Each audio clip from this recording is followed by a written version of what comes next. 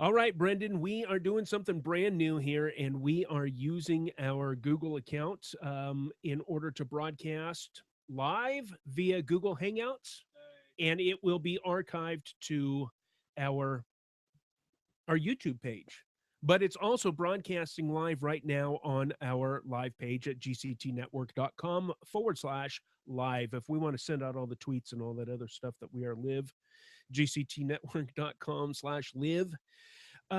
First time ever using Google Hangouts to broadcast like this. We have always been using our Ustream account, and which I like Ustream. I like using it. It's a very simple interface, and we can have that embedded on our web page and all that good stuff. But the one thing that I would like to do easier is to archive these broadcasts onto our YouTube page.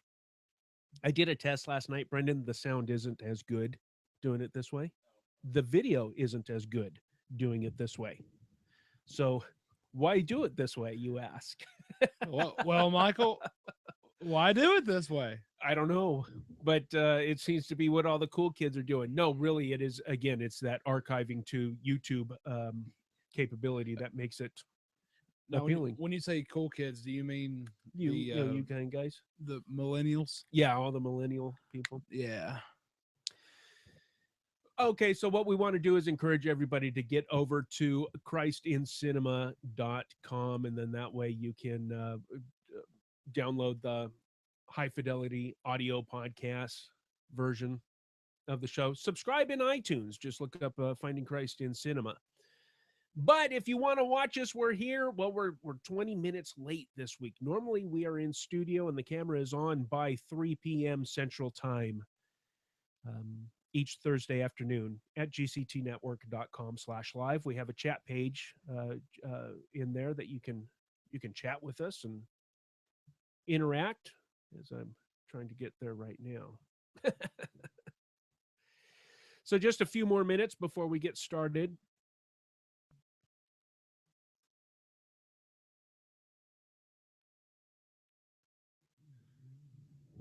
We got to do something about your mic situation. Hey, let's turn on the room mics. Oh wait, let's flip on the phantom power. The room mics. No, not yet. Whoa! Hey, did you hear that? Of course I did. That was the phantom power coming on. There we go. Room mics. The room mic. The room mics. The room mics.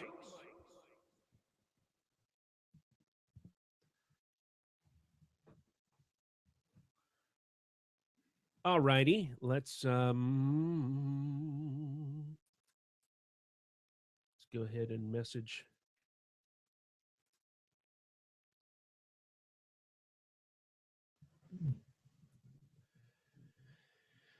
Oh goodness.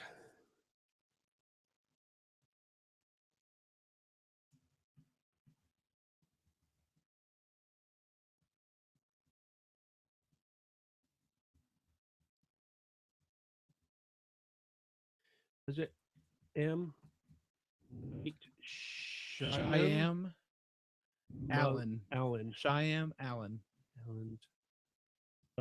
Village. The village for the French.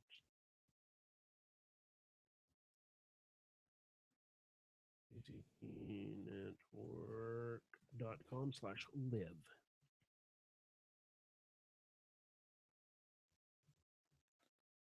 Postage. Shyam Allens. Shyam Allens. What was that? That was the sound telling you that that just went to Facebook.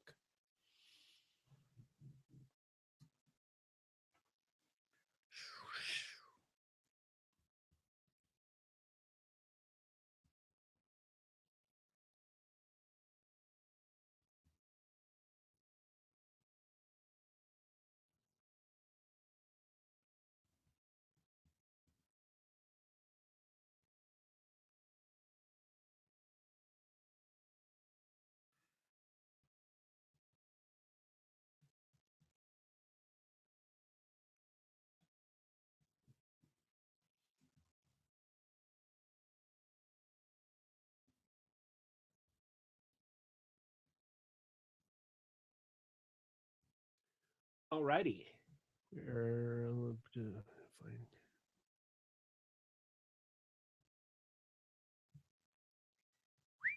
That was to tell you that it went to Twitter. Oh, because it was a little tweet. Did you like that? Isn't that cute? It was all It's right. stuff like this that gives me trust issues. Potatoes. Oh, I need to open up my soundboard on the Mac. Lost in Space. That's where I knew William Hurt from. Was he The movie. was he the dad? John Robinson. I haven't watched that movie since it came out. I might have seen it after the fact.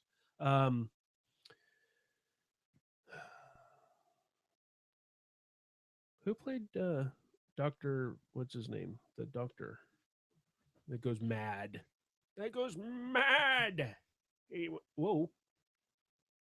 If by that you mean the 1991 film The Doctor, Yeah. that stars William Hurt No, as Dr. Jack McKee. that's That's not what you mean. not at all. That's what it I mean, sounded that like was you meant. that was actually a A faux pas. A fox paw. Okay, got this open. Let's check. Not tell anyone else of your bursting. Oh. Let's get our digital recorder on, Brendan. Hey. Check the. Ooh, okay. Oh, let me check your levels here. Give me some action. Checking my levels. Checking my levels. Bebop ba doop boop boo. Checking my levels. Boom boom boom boom boom boom boom boom boom boom boom boom boom boom boom boom. Okay. Yes. Stop, Sorry. man. Not tell anyone else of your bursting. Inconceivable. Of my blues riff burstings. That was a My, blues riff. my rockabilly burstings. Oh, please. That was Oh. You are a sad, strange little man. testing 1, 2. Babbling, bumbling band of baboons. This is your Great Commission transmission. It's stuff like this that gives me trust issues. Well-mannered frivolity. Ghastly. The haircut to it. Have you ever heard of Plato, Aristotle, Socrates? Yes? Moron. That's just as fascinating as the first 89 Times he told me that. Not tell anyone else of your bursting. Hey, Michael and Brendan, John Wilkerson from. Hey, Michael and Brendan, this is Ron. All right. What have you done? Okay. You ready? I'm as ready as I'm going to be. Oh, I hope everything holds up here. Me too. Doing something brand new is not what you want. It's a scary preposition. No, proposition. Of. Oh. Are you ready? Oh, yes. Let's oh, pizza. Oh, yeah, I gotta have pizza. And do you have a solid red light? Or are you blinking? Abe Lincoln. No, I Do you didn't have a say- solid red light or Abe Lincoln? Okay, here we go. Why Running the even bother? stopwatch, running the stopwatch, showing the timer window. And here we go. You ready? Clapping in. Hey, come on in. Admission is free. Grab a bowl of popcorn, extra butter, of course, and find a seat smack dab in the middle. It's time for Finding Christ in Cinema, episode 47. I'm Michael. And I'm a Brendan. Join us, and together we'll dig deeper into the silver screen classics of yesteryear as well as the box office hits of today. We'll take a closer look at the stories they tell and see if we find the face of Jesus looking back. We're going to explore the deeper meanings of these films, their plots and their twists, the characters and their choices, and how we can relate them to the gospel of salvation and ultimately our Christian walk. You are tuned in to Finding Christ in Cinema on the GCT Network. This is your Great Commission transmission. Snow is falling in Middle Tennessee. About time. Well, it was. Yeah, proper good snow. Yeah. What'd you guys get over there in Cheville? And you mean in Shelbyville? Yes, Shelbyville. We got a good couple inches. Yeah, we Yeah. got it looked like it was up to almost 4 inches here. Now, wow. again, for our friends that are listening in the Northeast, and they're saying, "What a bunch of What a bunch of sissies. what is wrong with you guys down there?" That's big news. That's a lot down here. Hey, But- we don't get it a But, lot. hey, I know, and it's wonderful. It is wonderful. I love it. Now, one thing I did forget to do though is set out a freshly frozen bowl ready to catch 2 inches of snow to make snow cream. We made it 2 times in the last week. Oh, it's good stuff. It is good stuff. I Yeah. wish. Would you like to give out your recipe, or is it? I'm sorry, Michael. That is that's a family secret. Oh, you can't. What else has been going on? Oh, so much stuff. Hold on, I gotta get back to the screen. Okay, while you're doing that, I want to tell everybody, because I should have said this first right off the bat. We're trying something brand new today. It's all brand new, as a matter of fact, Brendan. I've spent the last few days in the studio redoing the sound levels and adjusting and trying to get. There's a little bit of floor noise going on in the system that I'm trying to alleviate. And so I've been doing trial after trial after trial, because it's really working in the dark. You have to record a good a sound test. I do about a 5-minute audio as I'm telling myself in the clip when I have everything set at, so I don't forget. So if I listen to it back and go, yeah, I really like that, I can make notes of all my adjustments, all the knobs and all the sliders and all that good stuff. But then I run it through my DAW, my digital audio workstation, and process it just like I would a Finding Christ in Cinema episode. And so anyway, it's just very time consuming. I'm hoping that I have it set right and that I'm pleased with the outcome here. But another thing is our live stream.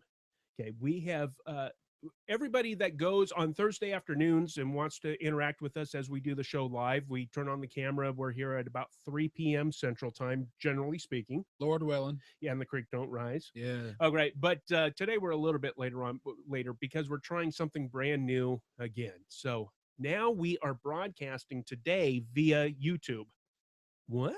We're actually doing a Google Hangout on air, and it is broadcasting live on YouTube, on our website at gctnetwork.com/live, and it's being automatically archived to our YouTube page.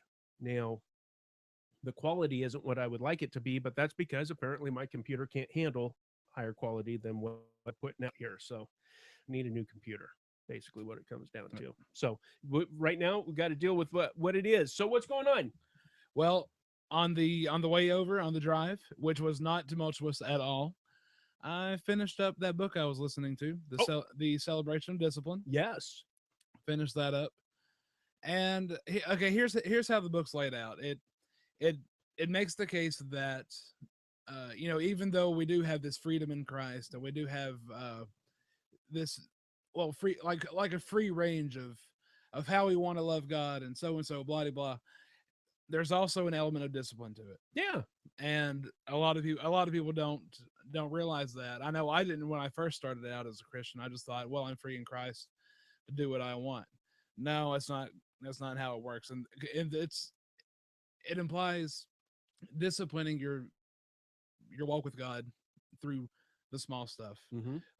And the book breaks it down into 3 different discipline types. There's the inward discipline, inward individual discipline, and then there's the outward individual discipline, and then there's the corporate disciplines. So it really breaks it down, and it's not so much of a how to, as in if you do these steps you will get these results. It's not like that. It's more, is there really anything like that though? Exactly, and especially dealing with Christian liberty and Christian walk. Yeah, exactly. And I really like how the book breaks it down. For individual, you've got stuff like I said, prayer, fasting, meditation, and study, and then you've got outward disciplines like simplicity, simple living, not being too ambitious in the workplace, stuff like that. And you've got corporate disciplines with corporate worship, corporate prayer, basically taking all the inside stuff and how it translates outwardly. I like it. So big number one takeaway. Number one takeaway. I mean, is concise. I Can you do a concise takeaway? I need to work on the inward disciplines. Well, don't we So, all? yeah. That's part of the Christian walk. I mean that honestly was that was what was most convicting for me. There you go. Because the corporate stuff, I've been growing up with that. Yeah, that's yeah. fine, and that's cool. That takes care of itself. But exactly. But realizing the need for the inward, individual, quiet times with God. Yeah. Especially in today's, hustle and bustle, whatever, of society, you need that. And I know I needed it when I was reading it. So, amen. So there you go.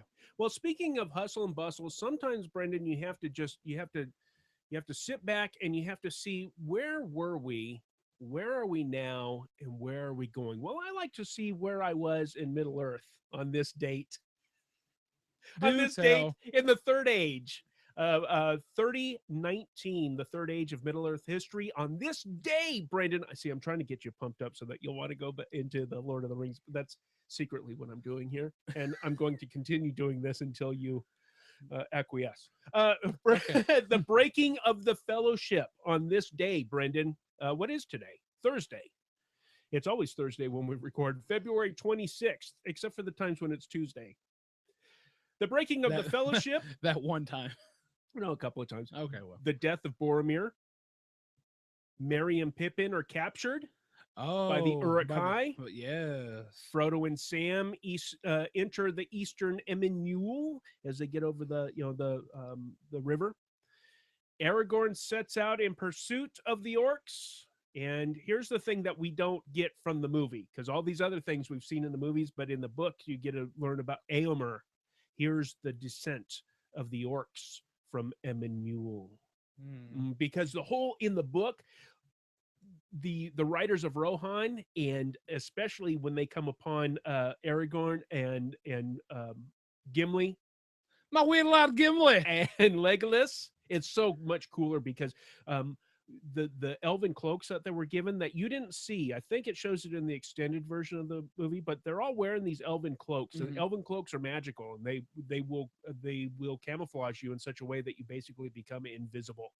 And in the books, they're all just sitting on the side of a hill as the riders are coming right in front of them, and they don't see them there because they're covered.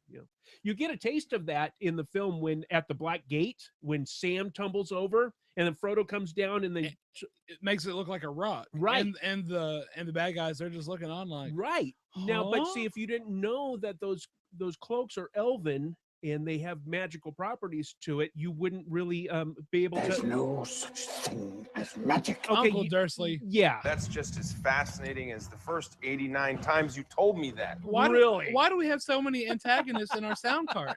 So am I peeking you again? Am I getting the well, we'll try again next time. Yeah. What else? Anyway, so hey, I went to the movies this week. You are sorry? What? You're sorry you went to the movies this week? No. Is that what you said? No, I don't think so. Oh, that's what I heard. I thought I just said I went to the movies. Okay, go ahead. What'd you see? I saw the little romantic comedy that's out now, Old Fashioned. Hey, you're into rom-coms? No. Here's how I stumbled upon this movie. Okay. Didn't even know it existed until I get a text from my my movie going friend. Hey, there's this movie about old-fashioned relationships and how they might work in today's society. Hey, this is kind of like what Hugh, not Jackman, Hugh. You lost me there. When we were talking. Oh, Hugh Grant. Hugh Grant. Yes, what Hugh he was Grant. talking about. Yes. Okay, so this is his new movie. No, this is not. Oh, this is actually. I didn't even know this until I sat down to it. This is actually a Christian movie. Oh. And I say specifically Christian because we just rant against Christian movies, Michael. Okay, because it is produced by the same people that produced God's Not Dead. And when I saw that company, PureFlix, when I saw that's who was behind it, $7. Yes, that is honestly, you can ask Richard. Richard, we were the only two in the theater. Oh, wow. So that just paints a great picture. So we were allowed to riff at no one's expense. Here's these two dudes at a rom-com by themselves. Well, first of all, hold on. This is the best movie story you've ever told. You don't realize this yet. Hold on. Oh, It goodness. gets better. Okay. So as soon as the Pure Flix logo comes on screen, I'm like, oh wait a minute, this is the same guys that made God's Not Dead. I need a refund. I'm going to go watch Project Almanac. But no, thankfully Richard's like, Brendan, how you going to judge a movie without even seeing it? Hey, and you were convicted. I was, so I sat down. I sat back down, and with the grace seat between us, we were the only two, and we watched this movie. And Michael, I gotta say, it was one of the best Christian movies I've seen. Wow.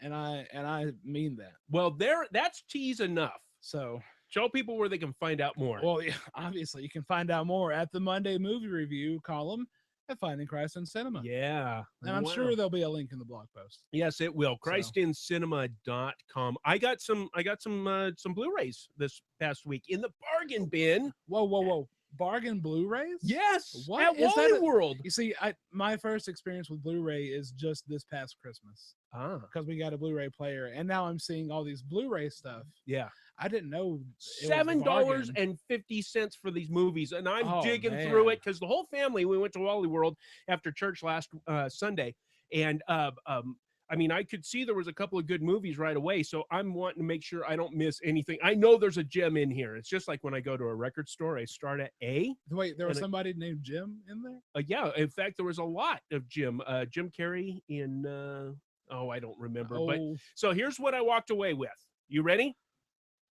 FCC's very own Braveheart on Blu-ray. All right. Okay. $7.50. And Rise of the Planet of the Apes. Oh, no, that's good stuff. I'm ready to enter into the reboot now. And so it starts with Rise, and then it has the film, and then they do a movie about Dawn. Was she Dawn? Was that like the guy's girlfriend? Dawn Draper? Yeah, Dawn Draper of the Planet of the Apes. No, it's D-O-N. I'm sorry. You're talking about D-A-W-N. Yeah. Sorry. Okay. Yeah, Dawn. She's cool. She's all right. So anyway, we're ready to jump into that. And now, quick question. Have you seen Rise before? No. Oh, No, I have not watched the reboots. Have you seen it yet? Nope. No. Nope. Okay. When you do, you're going to have a whole different opinion of Draco Malfoy. Oh, really? Yeah. Well, I like him already. Tom Felton. Yeah, Tom Felton. He's in it. Well, he's a bad guy though. His character. Okay. His character. He does a good job in being the villain. Yeah. As he is wont to do. That guy's a neat guy. When you watch interviews with him, like in Harry Potter specials, extra features and whatnot, he just seems like a really neat guy. He's a really down to earth kind of a cat, as they say. And then the piece de resistance. Oh, everybody's gonna be jealous, and I'll bet you Jeremiah or more than any others, Jeremiah or more than.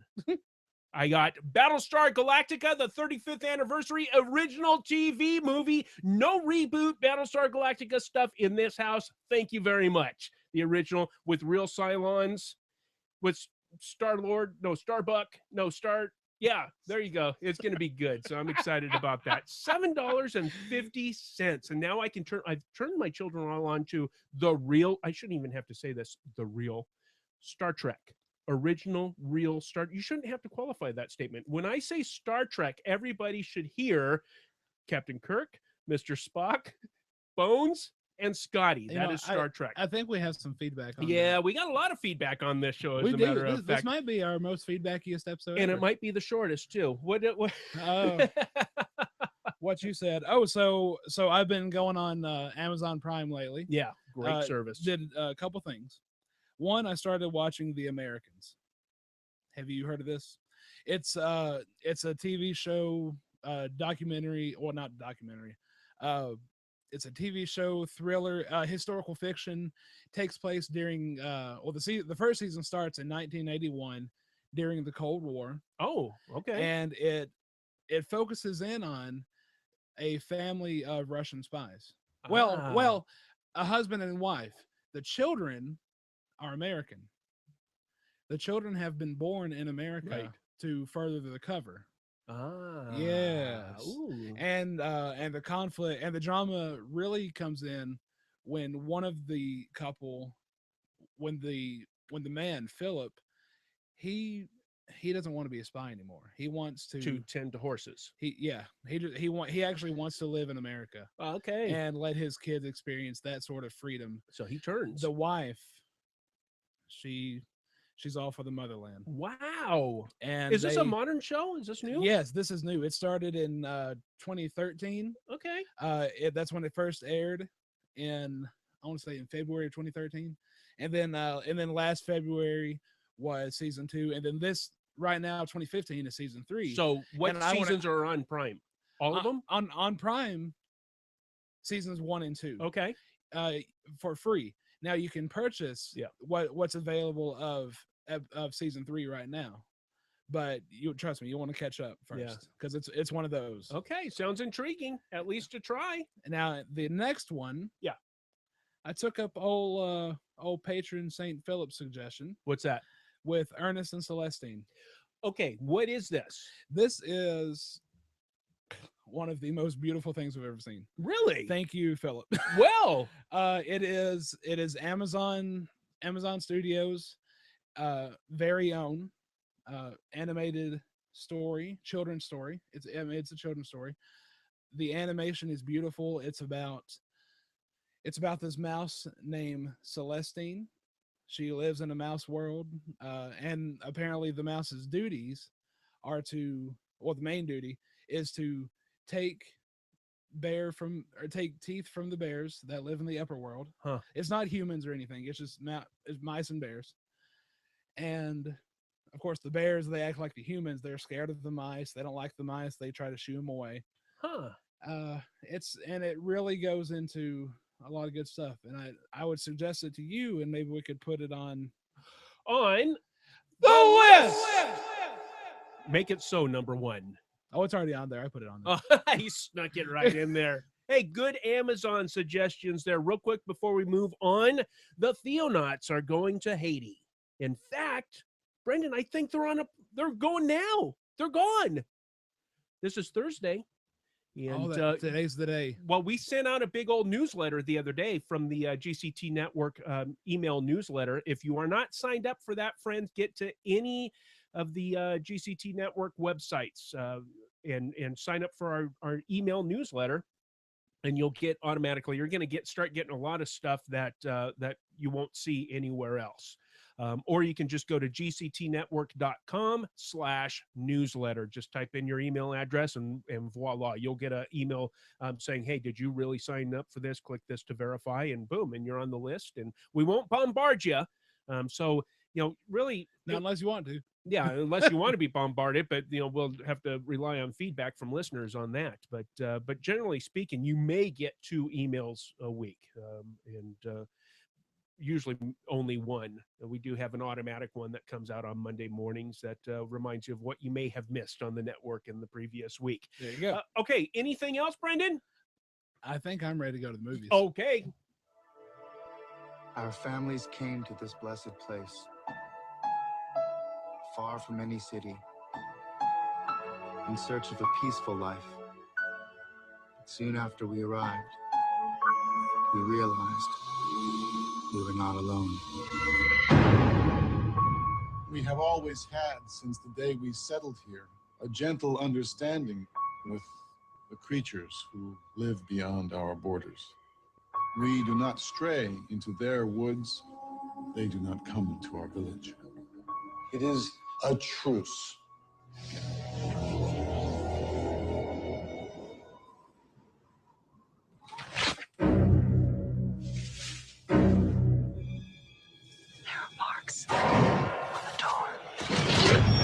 I feel they were warning us. Why would they do this? Does anyone here know of a reason? Never enter the woods. That is where they wait. That game the boys play at the stump. They put their backs to the woods and see how long they can wait before getting scared. Let the bad color not be seen. It attracts them. This color is not allowed. You must bury it. Heed the warning bell, for they are coming.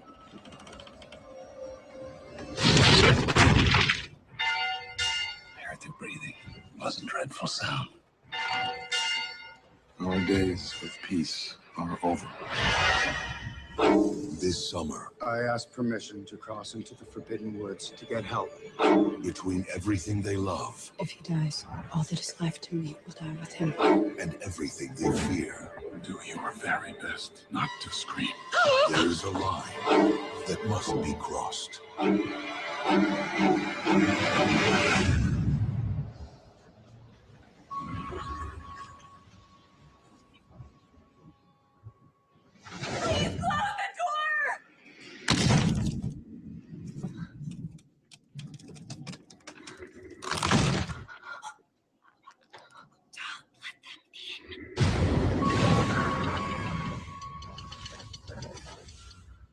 Yeah, this movie is by request from the great Mango Times Fletch, Dr. Fletch. He is a dentist. In fact, he popped in. I just looked. He popped into the chat room just a little bit ago because I sent out that tweet. He says, Oh, yeah. In fact, what does he say? Here we go. Big old shout out to, well, this whole episode is a shout out to Fletch. He says, finally, the topic I've been waiting for. In and out. Have patients that need teeth fixed. So, Brendan, when did he request this? This is well, Michael, this was back on episode 15. What did we do on 15? We did The Matrix. Ah, If that lets you know how long ago it was. yeah, which is a great episode in and of itself. Yeah, there you go. And so he's been asking for a long time, and finally we got to it. And I'm so glad that we did. I'd never seen this film before. I had, but it had been a while. So I knew what had happened. Yeah. I didn't know I had How they got forgotten there. how it happened. Yeah. Well, yeah. So okay. So here's the deal. Here's the dealio. Oh, you haven't seen Despicable Me yet. We gotta fix that. M. Night Shyamalan. I gotta tell you right now, I'm all in, Brendan. All my chips are in the center of the table with M. Night Shyamalan. I'm in, baby. Make more movies. And now I want, which he is. Yeah. Oh, now? He right now. Oh, good. Yes, one that's supposed to be released September of this year. Did we know anything about it yet? Oh, not yet. Okay. Because here's the thing. We've talked about it before, and when we did Signs, I told the story right about the first movie that I saw of his was Unbreakable, and it was a good movie. And that's when I figured out, okay, this guy's a little bit, kooky. He's a little bit weird in the thing. And then, of course, Sixth Sense came out, which is the movie that he can't live down or cannot live up to. Yeah. Because that was such a twist at the end. Well, I had resisted because there was too much hype about the guy. People saying, he's awesome, he's the greatest, and then other people saying, he's a flash in the pan. He really doesn't know what he's doing. It was a fluke with Sixth Sense. He'll never match that again. Well, the problem is that he set that bar up there. You can't beat that because nobody was expecting that twist. And so now with his movies, what is it? It's the twist. Yeah, what's the twist going to be in this one? And obviously you're going to be let down compared to the Sixth Sense, because when I saw that movie, that blew me away. Well, let me ask you this regarding the twist in the ends. Because of the Sixth Sense, whenever you watch a later Shyamalan movie, are you already expecting a twist? Yeah. Okay. Yeah, I'm expecting it to not be what it looks like, and that's why Signs was. Well, it was a twist, but it wasn't. It wasn't a hard turn. Yeah, it wasn't like a complete 180 or like in the Sixth Sense. Yeah, or in The Village. The Village is a big turn. Oh man. But with Signs, it was more of a subtle, like aha moment. Yes, that's and this guy's a brilliant filmmaker. I don't care what anybody says. There is some artistry. Yes, some high artistry. Right there. He's brilliant. He's brilliant, and now it may be because I'm predisposed to growing up. The Twilight Zone, Rod Serling's Twilight Zone is a huge influence on me. And so I love that kind of storytelling. Tell me something that's weird and other. Yes. Right? That's what I want. Because we can see the everyday mundane stuff. Yeah. We see that now. Yeah. And it's everyday and mundane. We want to be, exactly. We want to be taken to a different world. Take me. Yep. Calgon, take me away. And so anyway, let's talk about this film for a few minutes here, just on the aesthetics. What thoughts did you have watching this again? Well, my initial thought is with the language, the language of the film. Not what you don't need your filter up, friends. So it doesn't Oh no, mean no, that. no, yeah, not profanity. No, this is language that has been carefully crafted to showcase the world that Shyamalan's trying to show us as the audience. Yeah. The story starts in. Do we need to give out the spoiler alert before we Yes, go yes, any we further? do. Okay, listen up. Listen up. If you have not seen this film, what should people do? Go watch it. Stop right now. We'll be here when you get back. Yes, we will. if you have not seen this film, you need to go watch it. In other words, do not progress any further in this episode unless you don't mind being spoiled. That was your spoiler alert. Continue. Okay, thank you. Now, this movie starts off in what we believe to be 1897. Yes. It's on a tombstone. Yes, because Brendan Gleeson's character, I forgot his name. Well, let's look it up. IMDb. Yeah. August Nicholson. August Nicholson. His son Daniel has just died. He was only 7 years old. He died, and the tombstone reads 1897. Yep. However, once the turn happens, once the audience knows that this is really set in modern day, man, that's just so weird to think about. It turns me over every time. I'm fearful that we're not going to do this film justice in this one episode. We may not. I don't know. We're gonna try. It's a good film. We're gonna try. Now, once we realize that this is set in the modern day, and once we meet the only two characters that are from the modern day, as in M. We meet M himself in that beautiful cameo appearance that he always makes in his movies, and I love he it. should stop though. He's not much of an actor. It's like, maintenance pretty dry toast, man. I mean, Homeboy's got so much to do. He ain't got time to act. Exactly. And then we meet the Ranger. Yeah, and I can't think of his name. I don't know if it was ever mentioned, but they speak in the modern language. The people in the village, however, they speak in this archaic form. This one, I don't say ancient, but it almost sounds like a more regal, a more rustic, formal. Yeah. They speak with that, and initially we might think it's hard to understand, which is true, because that's not how we speak anymore. The good thing about acting, and kids gather around. Oh, a Brendan acting teaching moment. This is acting. We 101. need that. We need a stinger for this. Yeah, we do. Kids gather around. Acting 101. This is a lesson in subtext. Okay. Because subtext, as defined by Google. I'm going to give the Google definition. Okay. And then I'm going to translate it into good. common folk. As defined by Google. As defined that by just Google. Sounds funny. It is the underlying and often distinct theme in a piece of writing or conversation. Now, how this works into scripts, obviously there are the words on the page, but then those words are in a context of thought. Right. And the thought is what translates to the audience. That's what the audience sees. The audience can hear and they can sense the line being said by the actor. But what's perceived is the tone, is the attitude, the thought that goes behind the words. Amen. I like that. And this one thing I love about this film is that the language, even though it's old and it sounds clunky and funny, almost like it's out of the King James Bible. Yeah. It sounds like that. Or at the very least, the 1901 American Standard version. Yeah, that. Yeah, there you go. Yeah. It sounds like that. But because the actors are so on point with the script, and I think it comes with that relationship with the director. Yeah. He's with him side by side for the whole process. Right. Because of that, they're able to translate the emotion properly. They're able to translate the attitudes and the thoughts right to the camera and right to us as the audience. Amen. And that when that happens, it's a good thing. Yeah. It's so good. When it magic. And when it doesn't happen, you miss it. Yep. And you wish you had it. And you can see it, and then you start doing things like what I want to do and say, "Oh, bad editing." Yeah. Yes. Oh.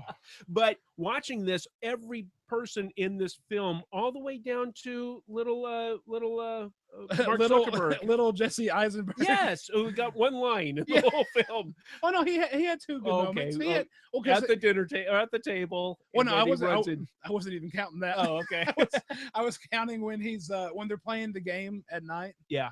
He's got his back to the woods. Oh, was he the one with his back to the woods? Yeah, that was him. I couldn't tell who that was. Yeah, it was kind of far off. Okay, now I'm gonna have But to watch it again he to had see the- Jesse Eisenberg. He had that moment, and then he comes running into the door with the wounded Joaquin Phoenix, and he says, Yes.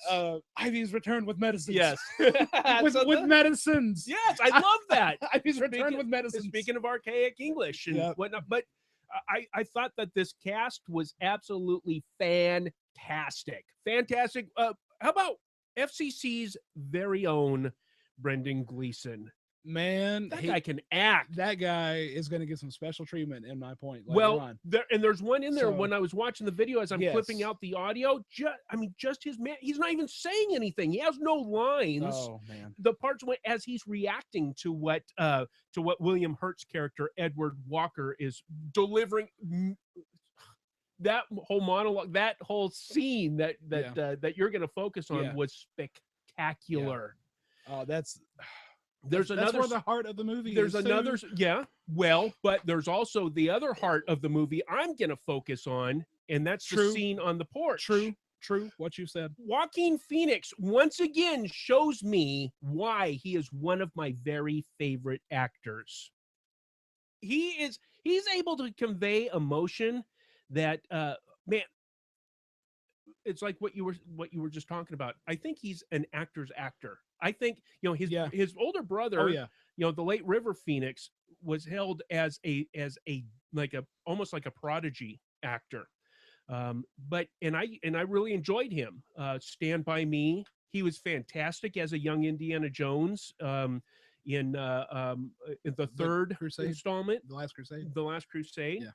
Yeah. And the other things that he did, but he doesn't have the depth that Joaquin does. And I don't know. We've talked about this before when Joaquin in the other M. Night Shyamalan movie that we covered, And Signs. and I think that it is his personal experience losing his big brother. He was still a youngster when that happened, and that had to cause such a pain that he lives with every day that he's able to draw on. That's a deep well. Yeah. And so he's able to play these characters that are broken or deeply emotional because he has that. I mean, hey, you don't have to ask him, hey, do you think you can summon up some deep emotions? No, I carry it with me. What were you going to say? I'm sorry. One Joaquin Phoenix moment of this movie that I completely loved. What? Is in the beginning when Kitty Walker is professing her love to him. Yes. In the barn. Yes.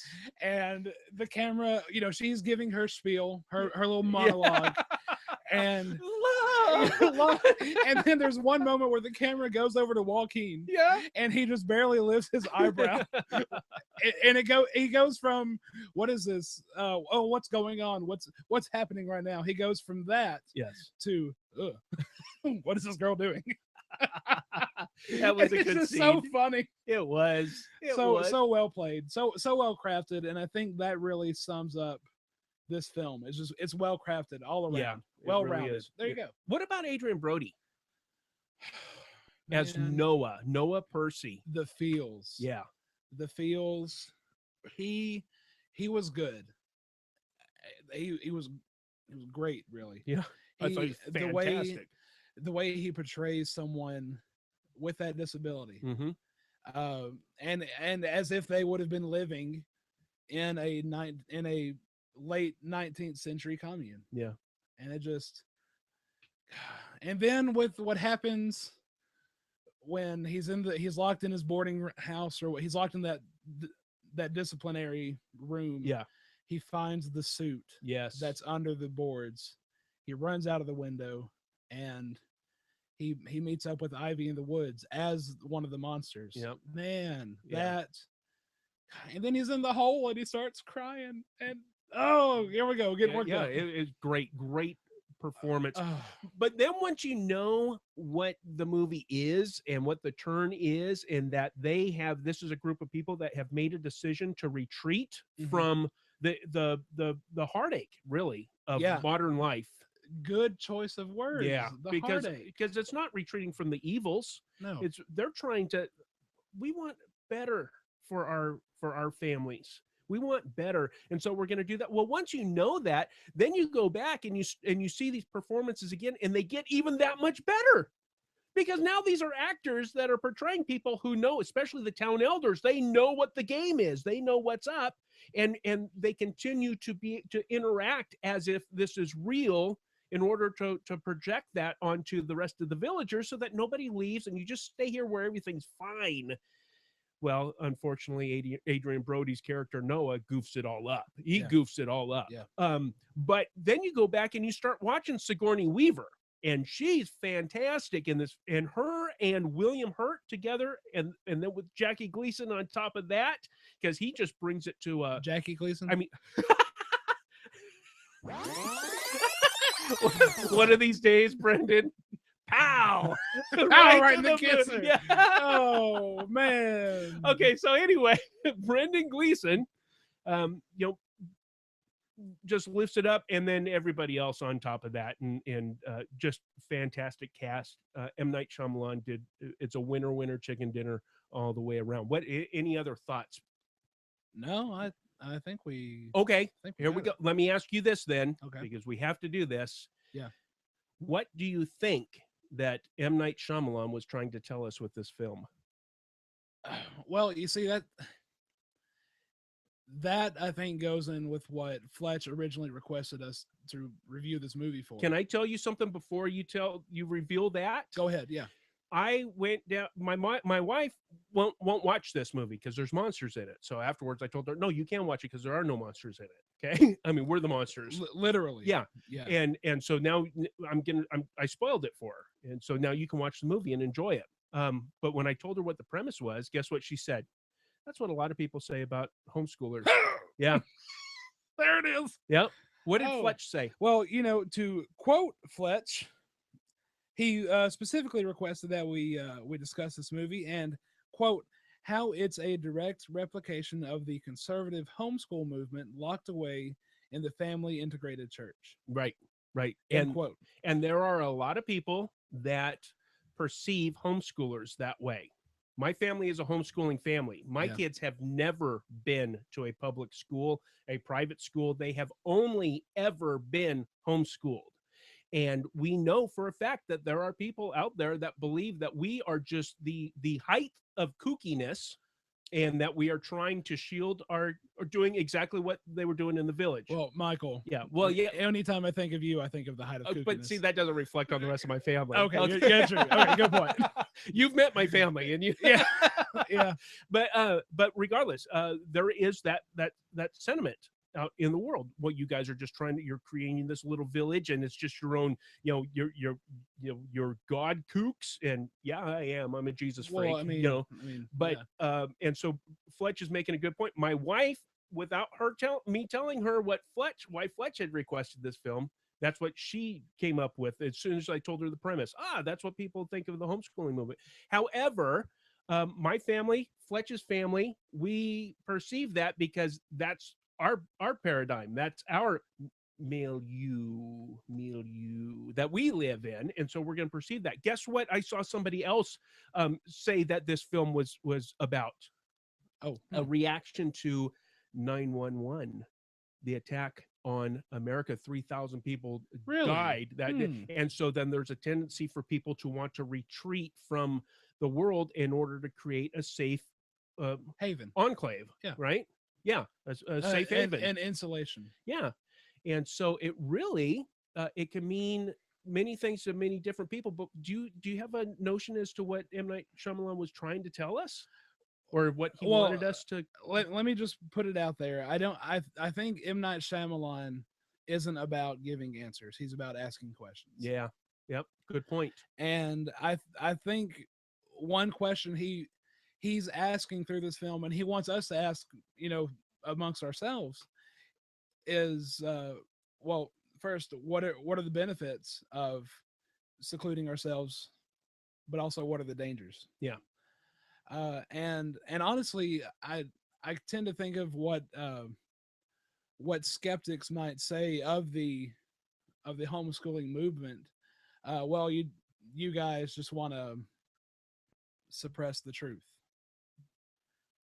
insulate the children from the heartache of the world, the I would even stretch it to say the evils of the world, to keep everything safe. And I think the naysayers will come in and say, well, that's bad because you're giving a false representation of the world that way. And I specifically use the phrase suppress the truth because it harkens to Romans 1:18. Okay. Which reads, but God shows his anger from heaven against all sinful wicked people who suppress the truth by their wickedness. And of course, in Romans 1, Paul opens it up. These people, they've seen the creation of God. They should know that he exists because of creation, but they don't. And then that starts the process of them wanting to worship creation instead of the creator, and then God turns them over to depraved minds, blah blah blah. Well, it's not really blah blah blah. It's important. It's important. So on and so forth. Yeah, so on and so forth. And I think a lot of critics would say, well, you guys are just, trying to hide the world from your kids, and that's not good. How are they going to grow up and be functional adults? Right. In that type of world. Let's see, and actually typed out something I wanted to say. Oh yeah. He's prepared a statement, ladies and gentlemen. Let's see. And it's to sum it up, it's not out of hatred or anger, but it's because of loving the ones you're wanting to protect. It's out of that love. And you look like you're gearing up for your point, but okay. Then I'm just gonna go ahead and go through mine as soon as I get back to the thing.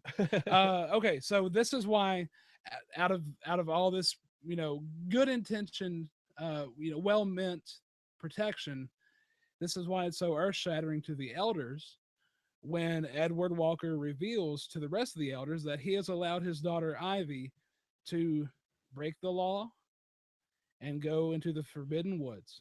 What have you done? He is the victim of a crime.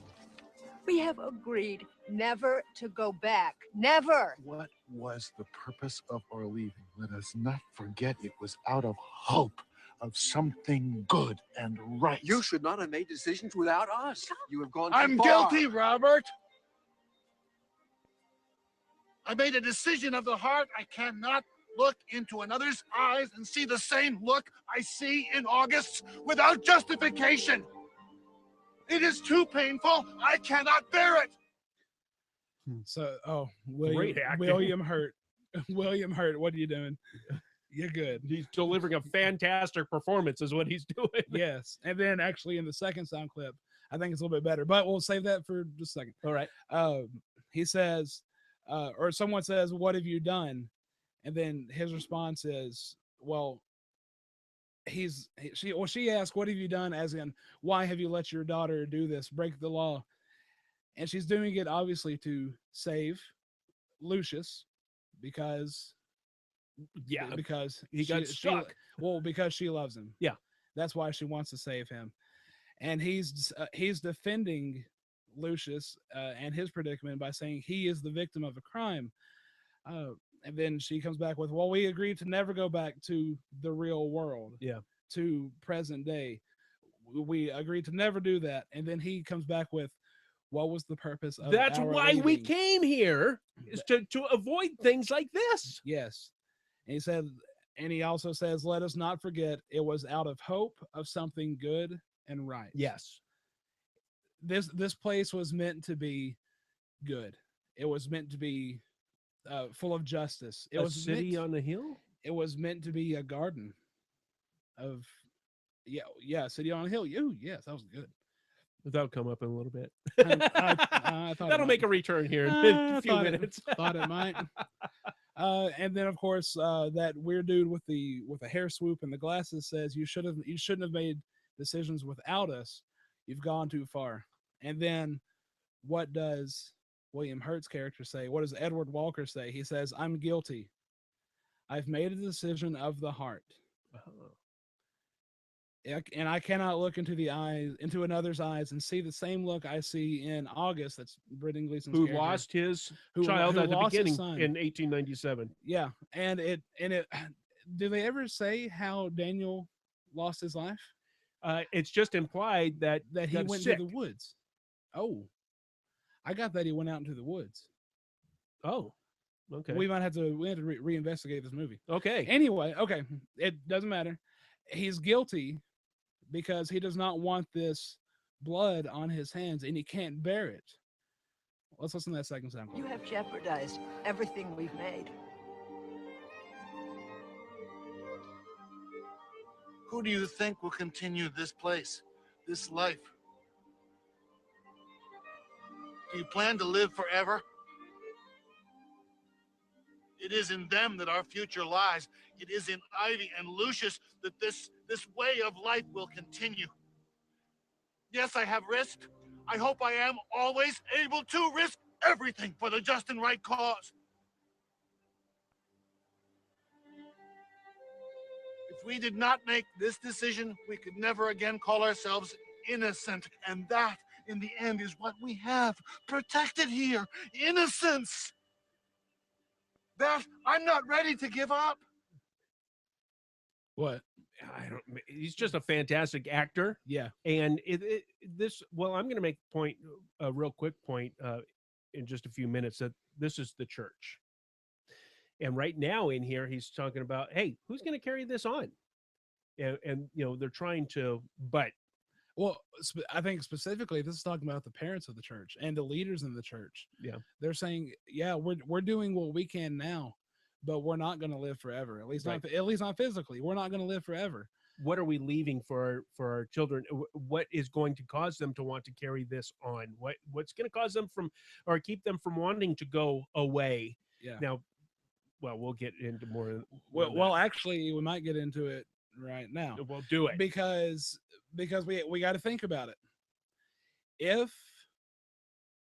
If Ivy was not allowed to go into the woods, if she was not allowed to go out to the towns, get the medicines. Yes, plural. Get the medicines. To the towns and the medicines. To a doctor of medicine. Yes. if she was not allowed to do that, better than a practitioner, she would have. She would have had to stay. She would have had to stay in the village. Yeah. Joaquin would have died. Right. And life would have gone on. Now, life would go on so much so that the elders would have passed on. And eventually, because this is how human nature works, because the elders have passed on, because the monsters, I don't want to call them monsters, but because they passed on, yeah, they wouldn't have been there to scare the people into staying. Right.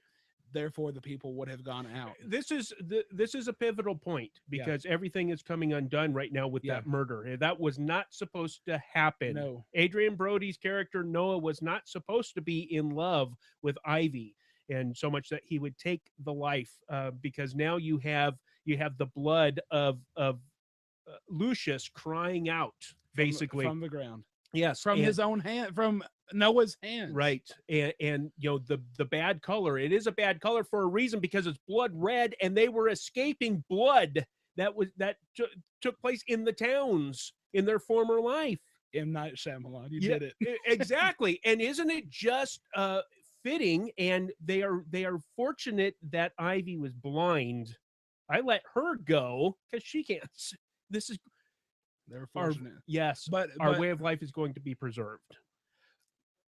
Well, here's the thing, though. Yeah. Yes, it was preserved. In fact, I don't want to bring up the key text just yet because I want to bring in. Well, actually, you know what? No. Here's the key text. Yes. John 15:15. Yeah. Oh. Okay. That's why. See, you guys, if you were here before the show, you'll know why that happened. John 15:15. I no longer call you slaves, says Jesus, because a master does not confide in his slaves.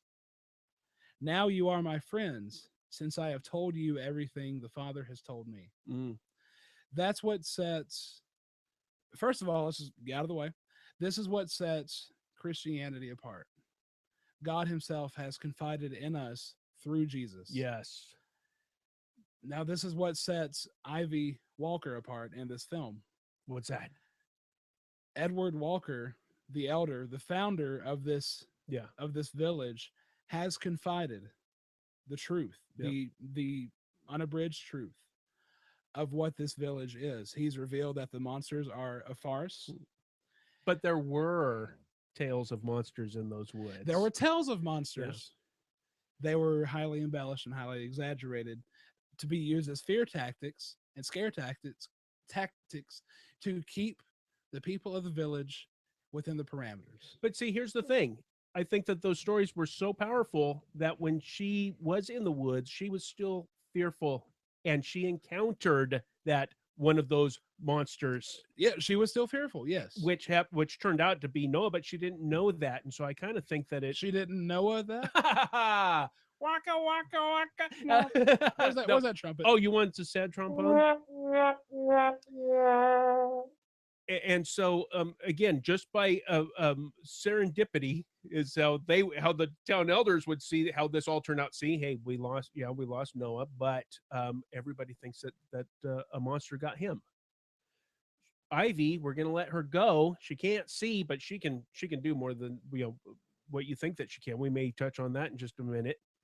And she makes her way back, but she doesn't know what she saw because it was too foreign for her when she gets over that fence. Yeah. It was too foreign. What's that sound? She has no concept of. She didn't know what that siren was. She didn't know that she didn't even know it was a motor vehicle. But she does know that she encountered one of those beasts that her father thinks isn't around anymore. Yeah. But she encountered one, and she was able to kill it.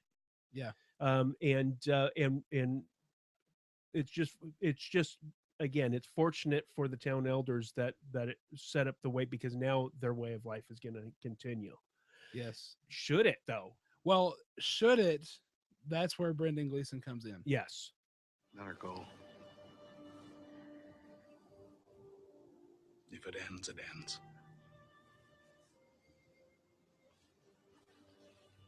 We can move towards hope. It's what's beautiful about this place. We must not run from heartache. You know, my brother was slain in the towns. The rest of my family died here. Heartache is a part of life. We know that now. Ivy's running toward hope. Let her run. This place is worthy. She'll be successful in her quest. Oh, he puts it out there. And another fantastic delivery. And yeah. Oh, yes. And really, just going back to the language, he kind of speaks in a modern tone. Yeah. Because we as the audience, we understand that. Yes. Now, William Hurt in the monologue beforehand, he kind of still used that archaic language, but it did not shorten the emotion. It was still there. And now we have Brendan Gleeson, and he's heartbroken. Yeah. Because this is what this whole experiment was an escape from the blood. Yeah. From the blood of the world. But it followed.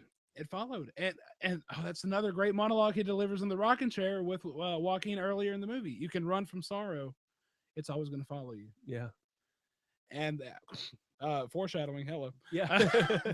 Oh man, heartache is a part of life, and Ivy has experienced that.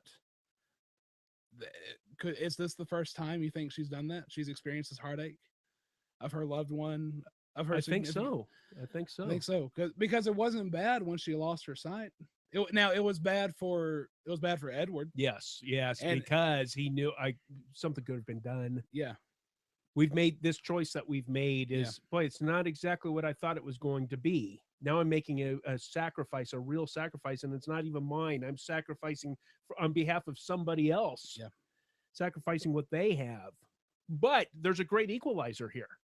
And that really ties into your last clip. Oh, go ahead. How could you have sent her She's blind.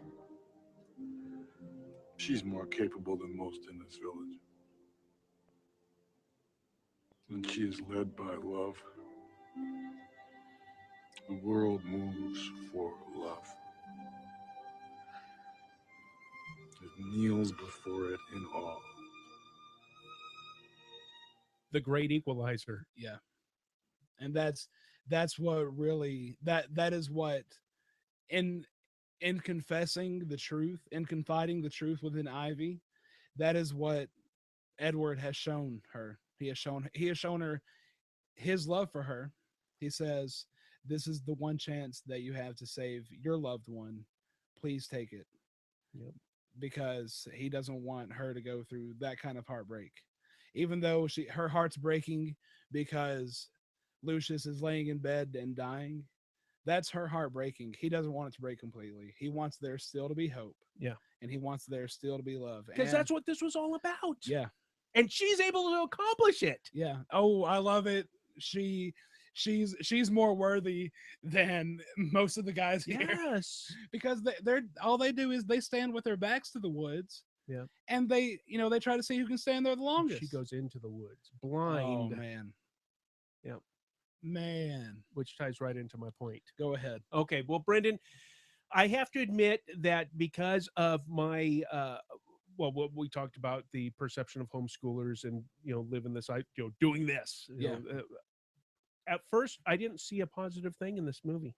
I didn't see, in fact, I mean, I could see something negative that I could pull out of it, but I don't like to do that. I like to give our listeners a positive tool that points people to Christ, not point them away from the bad, because I don't think that that's the solution. I think the solution is always to point people to Christ, to the light. And so I'm always wanting to pull the light out of these films. Every once in a while, though, you get one where it's like, all I can really make the point on is don't do this. See what these people are doing? Don't do that. Okay.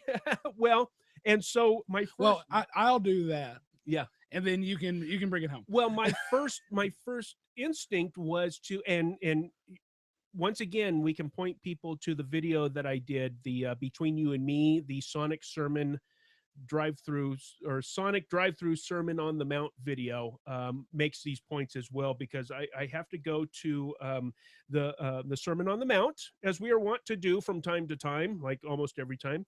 And see, I said it before, this village, this is the church. These people are the church. They are the congregation of God, and they are failing, Brendan, and they've done something bad, even though they meant it as good. See, you are the salt of the earth, Jesus said. But if the salt loses its saltiness, how can it be made salty again? It is no longer good for anything except to be thrown out and trampled underfoot. You are the light of the world. Church, village, you're the light of the world. A town built on a hill can't be hidden. Neither do people light a lamp and put it under a bowl. Instead, they put it on its stand, and it gives light to everyone in the house. In the same way, let your light shine before others, that they may see your good deeds and glorify your Father in heaven.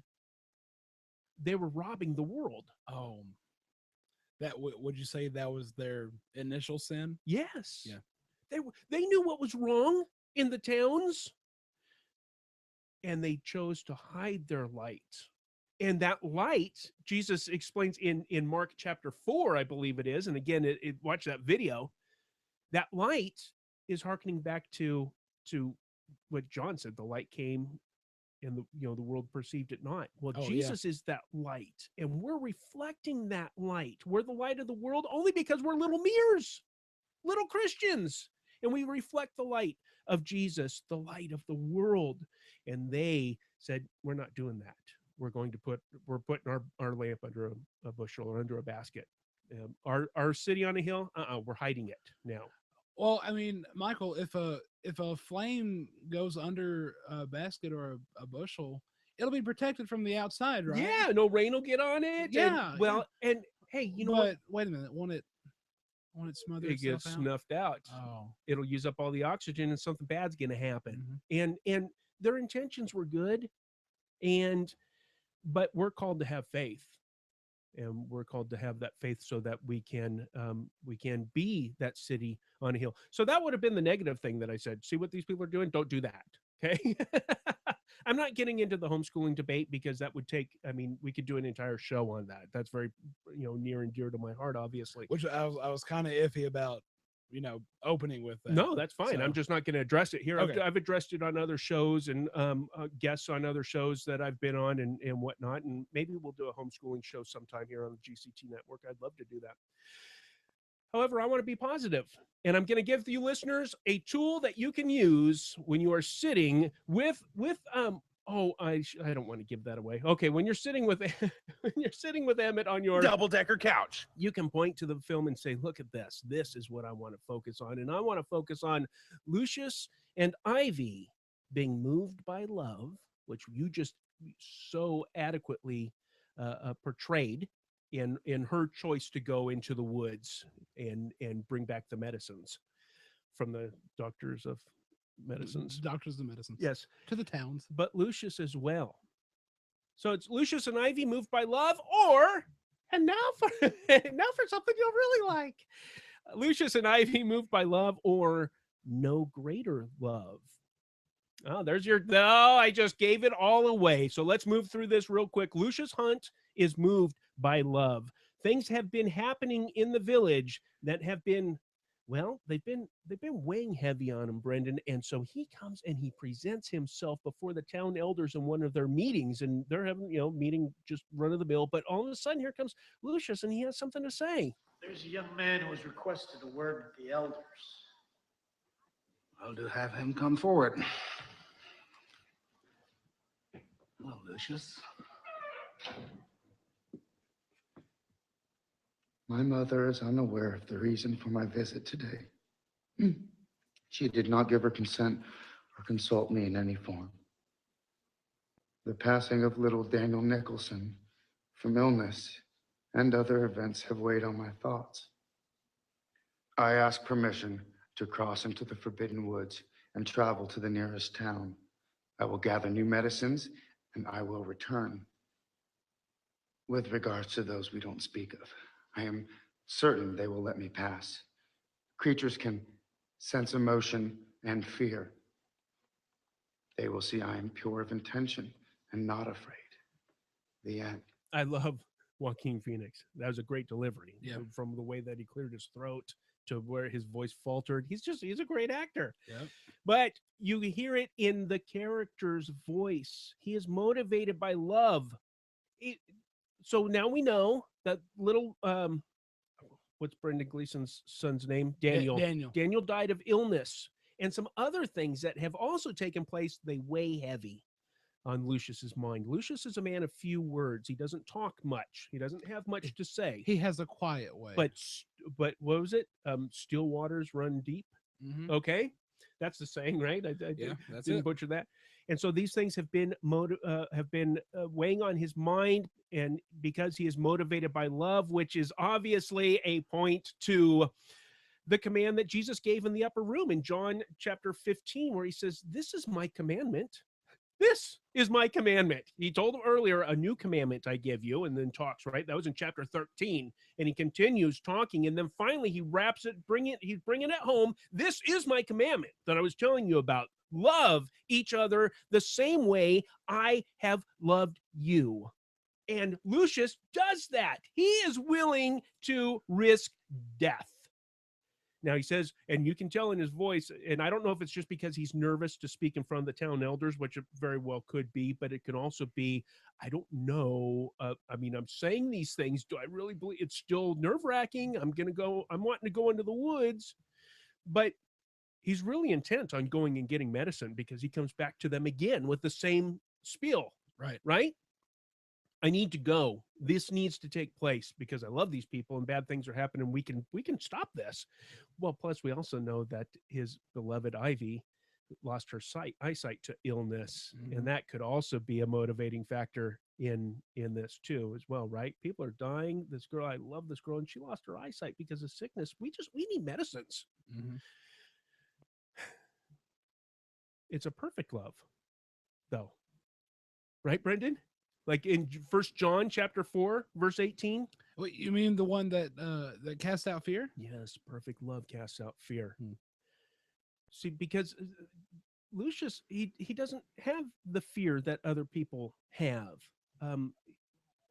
Well, how do we know that? Well, he's willing to go into the forbidden woods to get the medicines needed, and when there are consequences that affect the whole village because of it, because he wandered in, and all of a sudden here comes the monsters, those who we do not speak of, come and raid the town, and he's racked with guilt over that, and he's not going to run from that guilt. He goes right into a town meeting and turns in a letter that reminds me of another passage in First John chapter 2, verse 14. I'm going to read this out of the New Living Translation because this is a great passage that I stumbled upon. I have written to you who are God's children because you know the Father. I have written to you who are mature in the faith because you know Christ, who existed from the beginning. I have written to you who are young in the faith because you are strong. God's word lives in your hearts, and you have won your battle with the evil one. Perfect love casts out fear. He's strong in the faith, but something happens. He's brave, but this terrible thing happens, and the monsters come, and everybody's scared. And he says, I have to tell you, I'm the one who did it. I brought this on me. On me. I brought this on us. And I'm confessing before you, but that's okay, because Edward Walker in that town meeting walks up to him and says, Do not fret.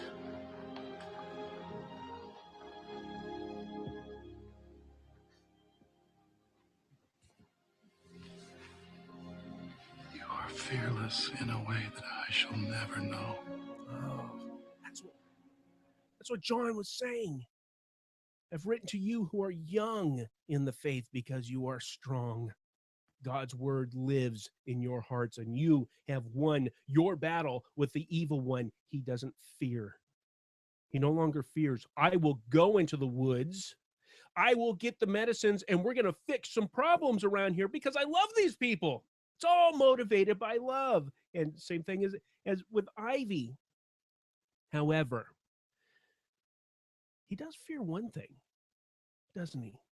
What is that? Well, we find out on the night when he's sitting out on the porch at Ivy's house, and she comes out. I just think it's beautiful that he's all, how'd you know I was out here? I saw you out the window, because she can see his color. Oh, isn't that neat? Yes. And she comes and sits down and talking, and she says, you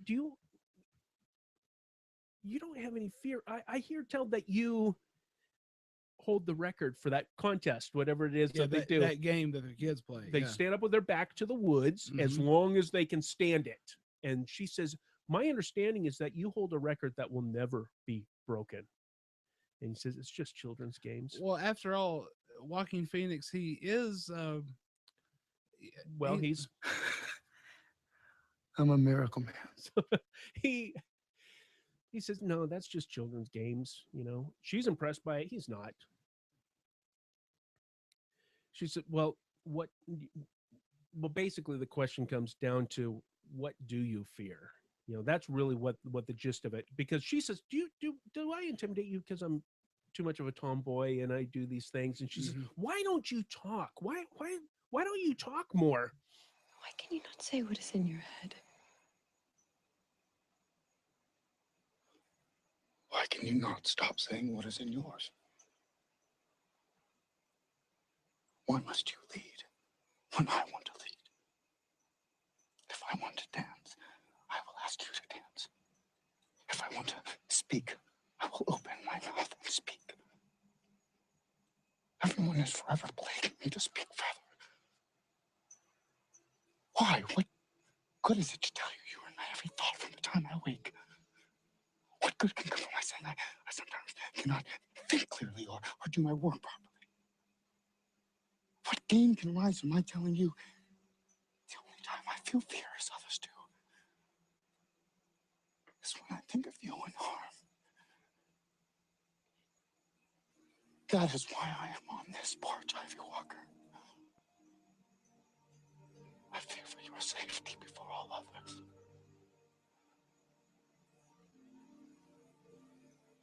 And yes, I will dance with you on our wedding night. Beautiful. See, and I'm going to be honest, like up until this point, I didn't really know how Lucius felt toward Ivy. Yeah. This was the big Still moment. waters run deep. Yeah. And I don't fear for me. I fear for you because I love you. Now, perfect fear that the perfect love that I have for you has cast out my fear to go into the woods and get the things because I love a lot of people here. Yeah. You especially. Okay. You're my special one. I will risk life and limb for you because above all others, I fear harm befalling you. It's not about me, it's about you. And that is our key text, friends. John 15:12-13 in the New Living Translation in full. This is my commandment, Jesus says, love each other in the same way that I have loved you. I'm not worried about what happens to my body, the Christ says. I'm worried about what will happen to yours. And I am going to get the medicines that will heal you. And that is my blood. The blood, the great physician, is bringing the medicines, friends. This is my commandment. Love each other in the same way that I have loved you. There is no greater love than to lay down one's life for one's friends. And that is your double-decker couch point. Just remember that. Questions, comments, piggybacks, editorials, off the wall remarks? Man, just this movie is so much more than I originally thought it was. Amen. And well, I won't say the allegory, but the application can just keep going and going. It's a big movie, so there's a lot going on in here. Definitely take the opportunity, guys, to rewatch this movie or to watch it for the first time if you bypass it when it first came out. All right, we have some comments from Fletch in the chat room right now. Oh, Fletch, hey! And the chat room, friends, again, is over at gctnetwork.com/live. These are from a half hour ago, but because we're performing a show here. And Yeah.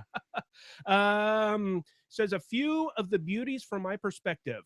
Quote, she is more capable than most in this village, and she is led by love. The world moves for love. It kneels before it in awe, which is our sound clip that we played.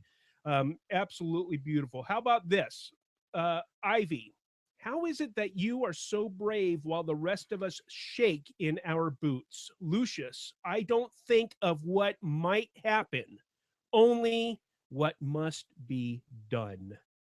That's Jesus. Oh man, that's the model example for getting out there and planting seeds. Don't think about how did he put it? Well, what might happen. Don't think about what might happen. Oh, it might not work. It might not be good. People might not like me anymore. Yep. Don't think of what might happen. Think of what must and that's be what done. Patron Saint Ron constantly encourages you and I on this show. Don't lose heart. Keep planting seeds. Yeah. And that's what we're doing. Okay, one last thing. For years, Fletch says, I've likened the village to some deep branches of conservative Christian homeschooling.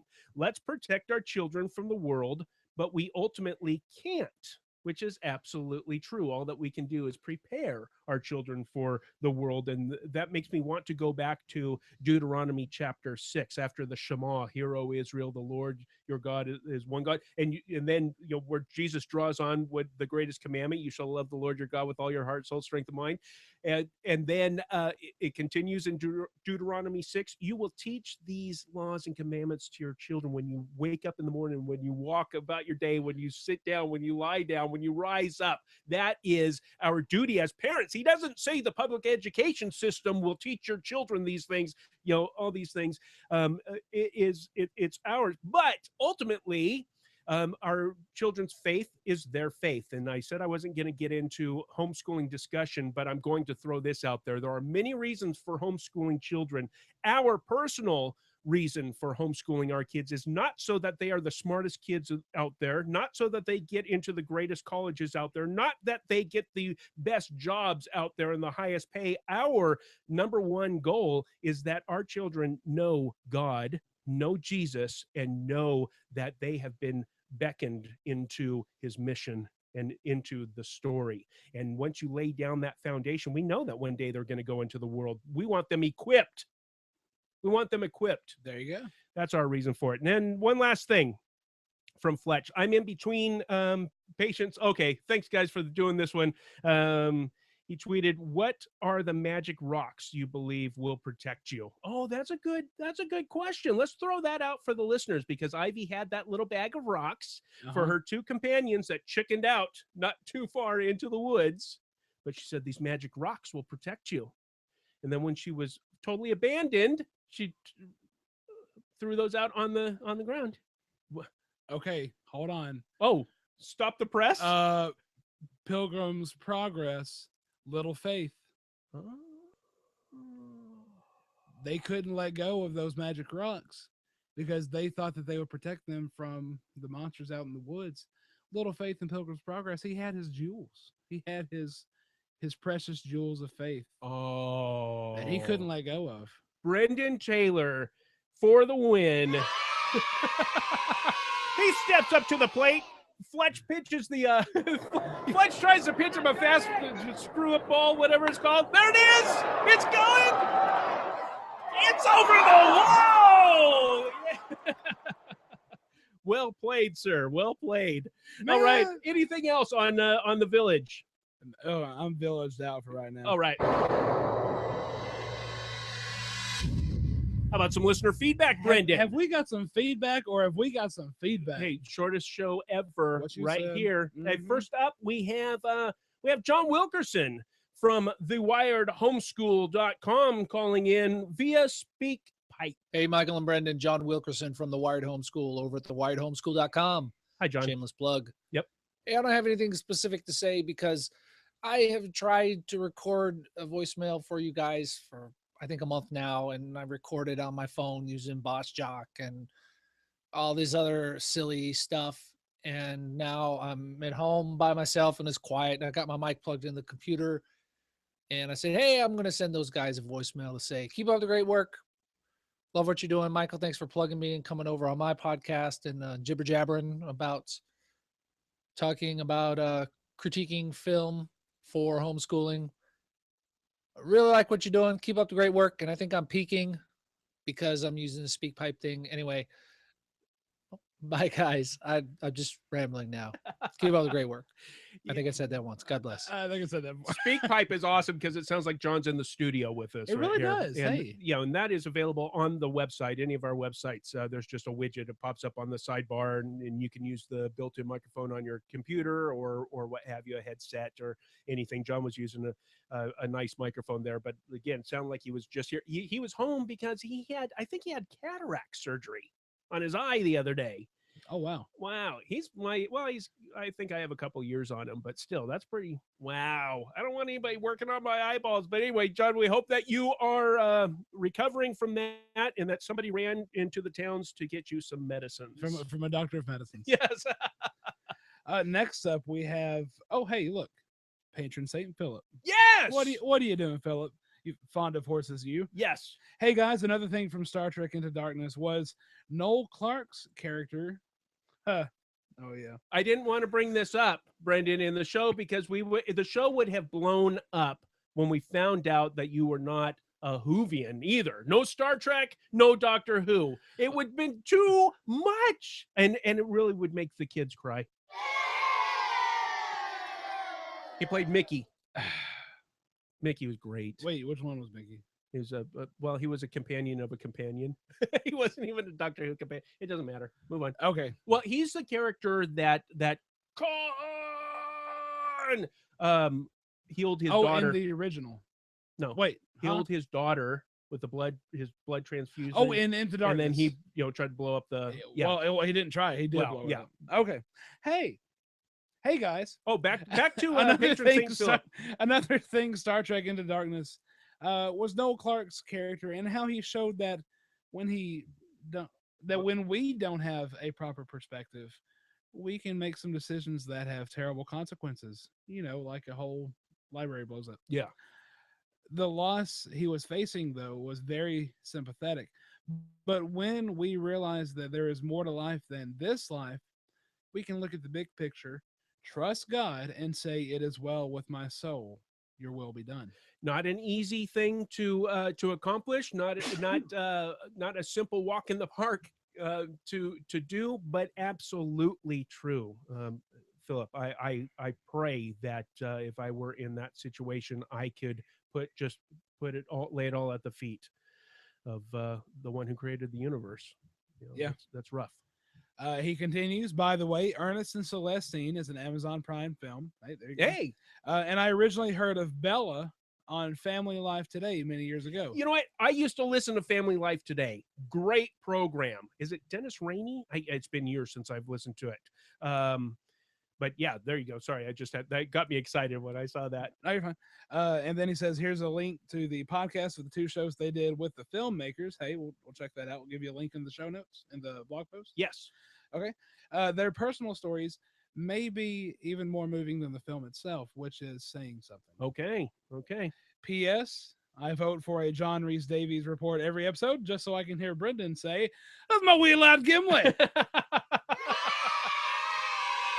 Love the show, and Philip, we love you too, brother. Amen. Thank you so much. Hey, we got to go to Ron's Red Oak Treehouse. Yes, voicemail style this time. Hey, Michael and Brendan, this is Ron. Hi, Ron. I just wanted to say I just finished your last podcast, and it was just wonderful. It was delicious. I'll put it that way. Oh, thank you. Hey, nice. Just wanted to congratulate you on digging deep once again, and I noticed a few things that you started to touch on, but you didn't finish it. I didn't know if you were just leaving it for me or what. It was just so beautiful, the job you did.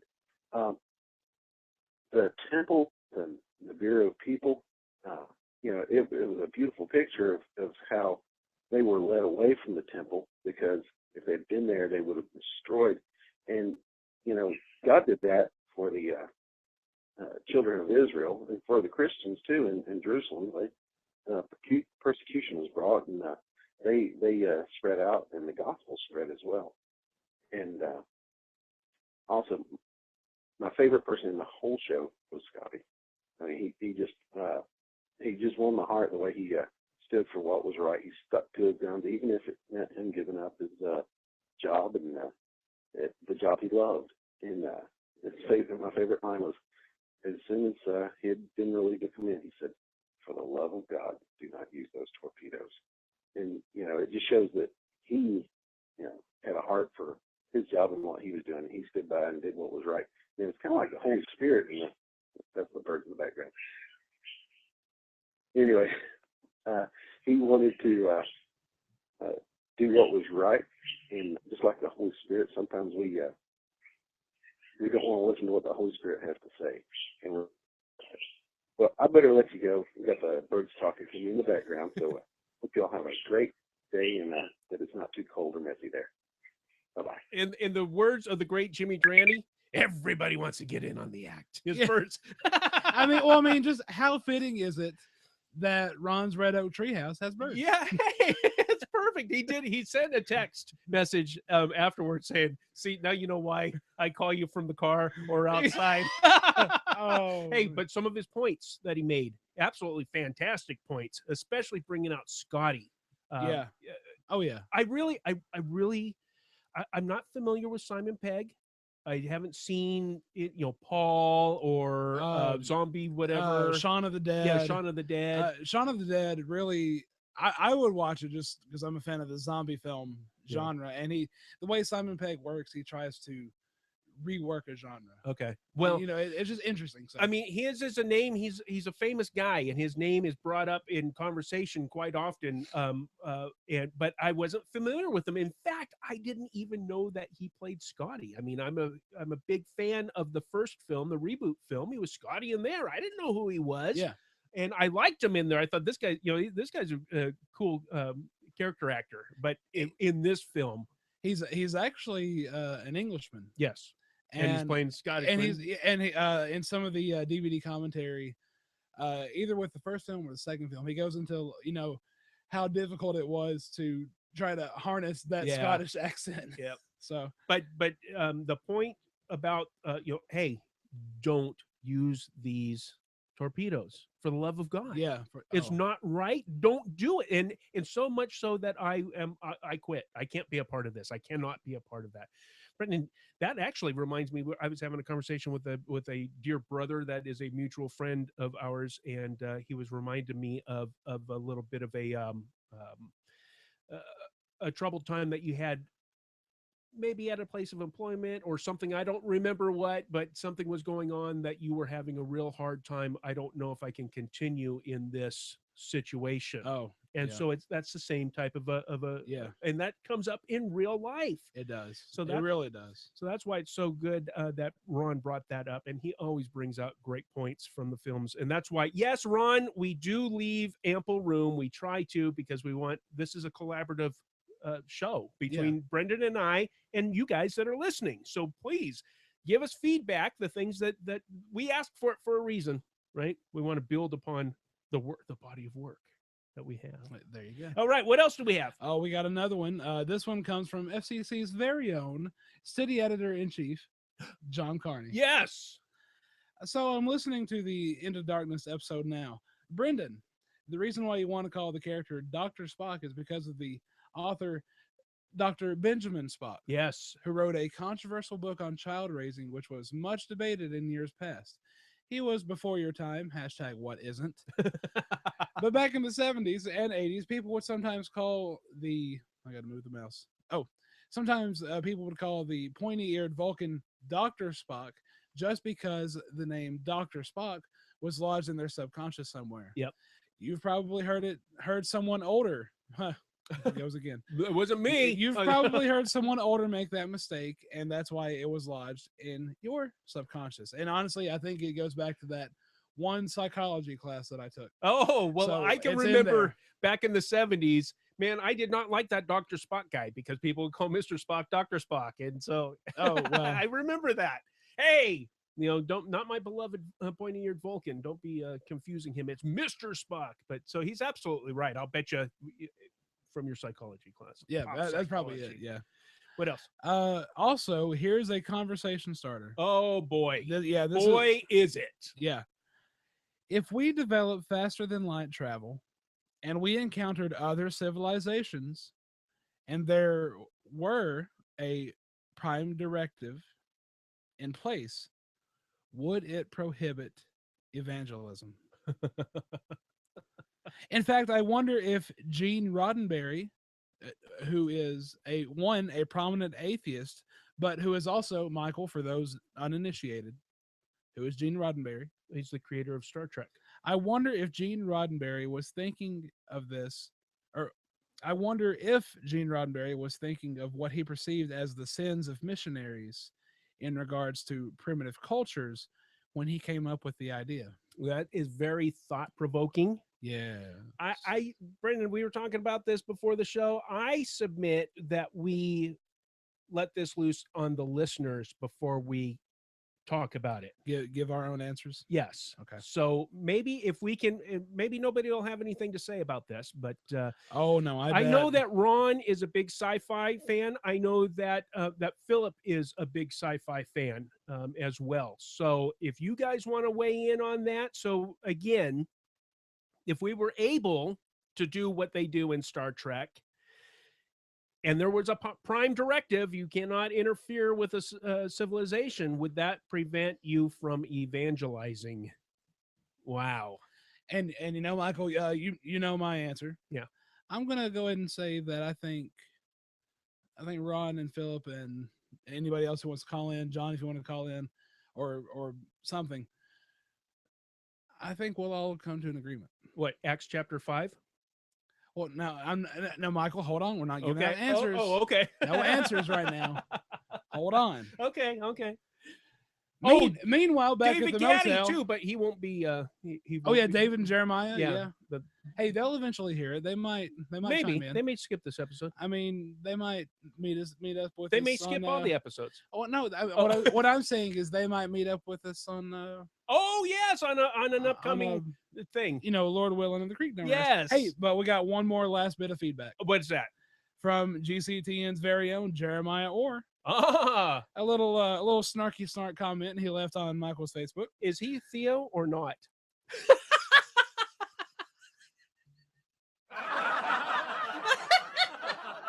Oh man, that was good. That was rich. I'm only jealous because I didn't think of it first. Or that was what Ron would call delicious. Yes. I seriously wish, Jeremiah says, that y'all had voicemail. I wish he listened to the show. Because I want to rant so badly about how Star Trek The Next Generation is far superior to the original Star Trek.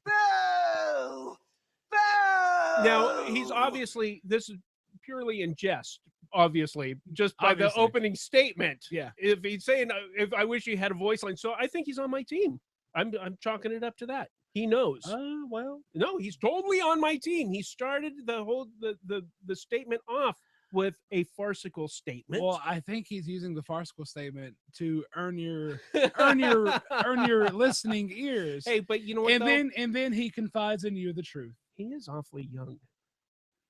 He's awfully. He's older than There's me, something so. about you young folk that I don't know what to I tell weep. you. I weep for the future. Michael. Hey, well, Jeremiah, we'll talk about that on episode 50 of Finding Christ in Cinema. But in the meantime, you can call into 507-407-GCTN and leave all the comments you want from now until the good Lord comes to take us all home. Any other feedback? No, you know what? It's time to get some real news. Yeah. Okay, let's go. Roll it. We got to do this quick, Brendan. Yeah, we do. Okay. And the award goes to who? The winners of the 2015 Oscars. Yay! Yes, let's. Is it my turn now? No. Oh, no, there's more to it? We're gonna give the list. Birdman and Grand Budapest Hotel. You called Birdman. I did. I called Birdman. Well, I called Birdman for, I believe for Best Picture, I think, and Best Director.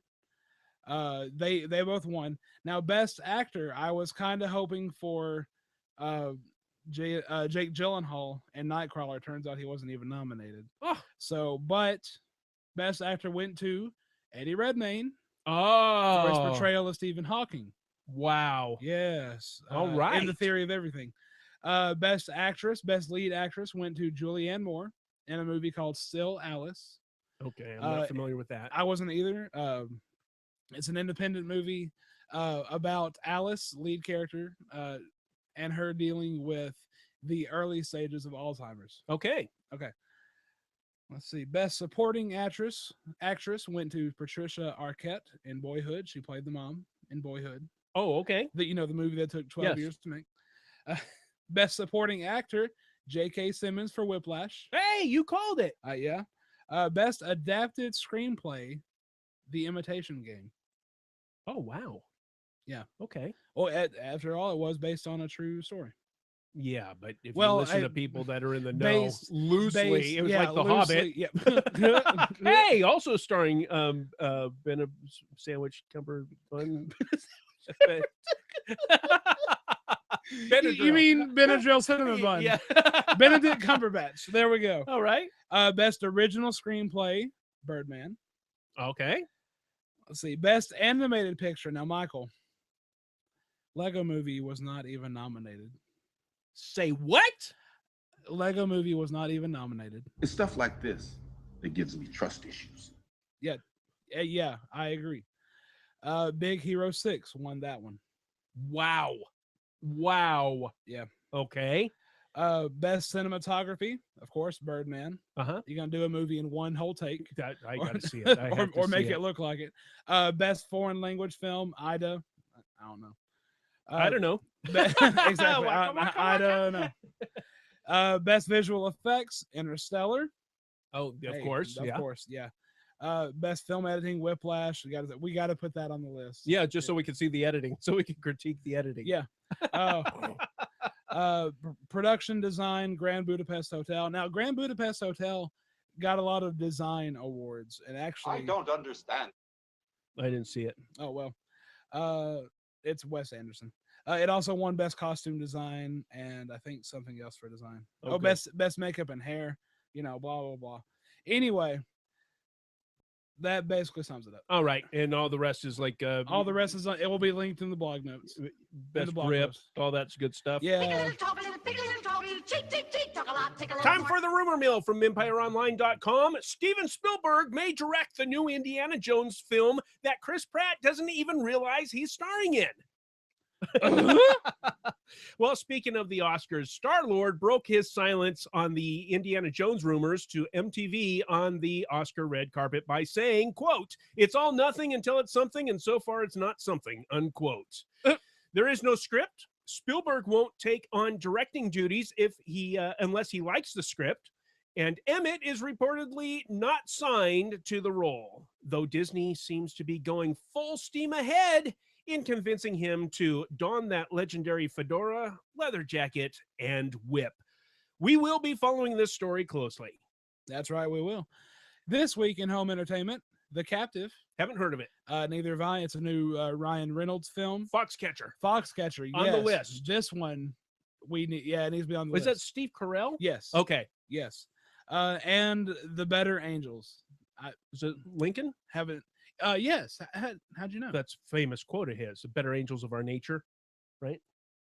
That's right. I'd forgotten about that. Oh, that was good call right there. Yes, I got Yes. a point. A point for from the kids. And well, let's just say something next Friday will have a very special Friday release in home entertainment. Oh, okay. So really, okay. But we'll address that. Well, actually, you know what? If you want to go ahead and make your plans now to the midnight release of the DVDs, it's Hunger Games. Oh, Mockingjay Part 1. Oh, put it on the list. All right, now it's time for a quick rundown of the articles posted on the Finding Christ in Cinema Facebook page this past week at facebook.com/Christ in Cinema. Hey, there's a new Monday movie review on Finding Christ in Cinema. What is it? I think it's a little old fashioned. All right, get over to ChristinCinema.com. Behold the FCC sound card. Yeah, and really, to me, it's just amazing how many sound bites we have now. Yes, that's just one of the sound cards because I also have one on the computer over here. I know, right? Hey, happy birthday to the best Samwise Gamgee ever, Sean Astin. Yes, born February 25th. That was yesterday. 1971. Yep. Now you say you featured in FCC 42, but because that was Paracletes. Paraclete, yes. Yeah, the shoes that I had when I played soccer when I was a little kid. The Paracletes. Moving right along. Like I said, I'm just jealous. Let's see. The Lego Movie sequel to be helmed by first-time film director. Yeah, he's a TV director. Oh wow. He's never directed a film, but Rob Schraub. Yeah. Is that how you say his name? Rob Schraub? No, you say Rob Schraub. Rob Schraub. Okay. Hey, there's a new Avengers Age of Ultron poster. Yeah, and there's also a lot of individual character posters being released right now. So you want to get over there. See, I like the individual character posters because I like seeing them all together and all their glory. Yeah, it's just it's cool. Yeah. Let's see. Oh, it's official. Netflix picks up Pee-wee's Big Holiday. Yay! Are you excited about that?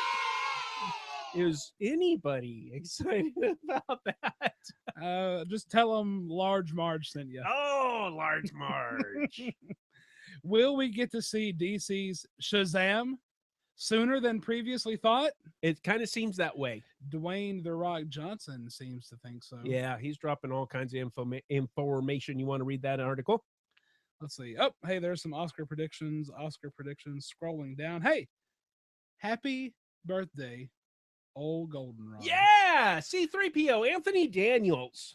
Yep. Birthday was February 21st, 1946. Yeah, 69 years old. And he's still rocking. He is. He's in like Flynn. He has been Yes. C3PO since day one. He does everything C3PO. All right. Yeah. Oh, and we also had another birthday to FCC's very own Alan Severus Snape Rickman. It's same exact age as old Goldenrod. Really? Yep, 69. They were born on the same They day. were, and they're in two of the greatest film franchises ever. Oh man! I mean, how about that? That's pretty cool. Isn't that something? There is only one true king, tweets Zack Snyder. Yes. We agree, but here's a look at the new Aquaman poster. All right, that was pretty good. And that wraps it up. All right, what did you think of that Aquaman? Jason Momoa? I didn't click it. It's right there. Wait, is that supposed to be Aquaman? That is Aquaman. Really? Yes. He looks like He doesn't look anything like this Lego he right looks here. He looks like a medieval king. He looks like he's wearing chainmail, but I can see now that it's scales. He looks like a guy from Game of Thrones. He does. He is. Yes. Wait, he actually is. Oh, hey, and today is the brothers, the twins from the Weasley twins. What are those guys' names? It's their birthday Ron today. and George. I mean, George and Fred. Yeah, George and Fred. It's their birthday today as well. And that was it. Quick rundown.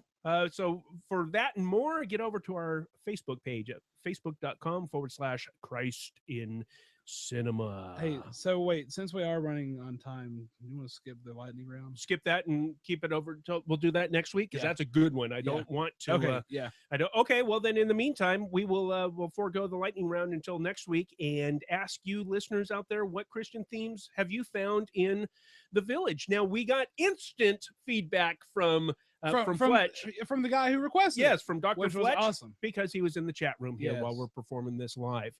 But we want to hear from Ron and Philip and Super Curl and everybody else out there that enjoys chiming in and letting us know it. I hope that John Carney, because John doesn't listen to shows that he hasn't seen the movie, and so I hope that he's seen The Village. And so that we can get some feedback from him, because John is always incredibly insightful. I'm talking about John Carney, but we want to hear from John Wilkerson as well, and we want to hear from everybody. Everybody else. It's a group effort. We need to have an episode that's just nothing but that's my feedback. dream. Yeah. That is my dream. A special feedback only episode. How can we make that happen? Well, we'll have to put our some brain power to that. Okay, Brandon, what's coming up next week? Well, Michael. Yeah. Next week we'll be doing The Giver with Jeff Bridges. I cannot prepare you for what else to happen. This Jeff Bridges' new way of talking. Was that now. your Jeff Bridges Yes, impression? it's his new way of talking. He So uses that good. voice and everything. Oh man. Oh, and then that's FCC 48. Yes. For FCC 49, Lord willing. Yes, Lord willing, we'll be taking another request. Uh-huh. We'll be looking at the Shawshank Redemption. Yes. Oh, Rita Hayworth and the Shawshank Redemption. I love that redemption is in the title of that. I'm hoping to tie that in because that's episode 49, Redemption. What is episode number 50? Well, it's the Jubilee. The Jubilee episode. Yes. Oh, man. And the Jubilee year is one of my all-time favorite types and shadows from the Old Testament because it finds its fulfillment in Jesus the Christ. And so anyway, we're going to have the Theonauts on there. In fact, we're going to have the Theonauts. We'll have both Theo and Naut. And we're going to be talking about we'll be talking about the Avengers. Yeah. Yes. Oh, we've been we had to pad out because we did 2 Avengers shows in a row. I mean, 2 Marvel Comics shows in a row, didn't we? So we padded out some space. Yeah, we did Guardians of the Galaxy, Guardians, and then we did Captain America. Yeah, that's right. So we gave us a little bit of a padding so people don't say, "Hey, wait a second, now Jeremiah got you guys go to the other direction," because Jeremiah Orr said you guys haven't done any Marvel superhero movies, and now we can look at him. Now it's nothing but yeah, for real.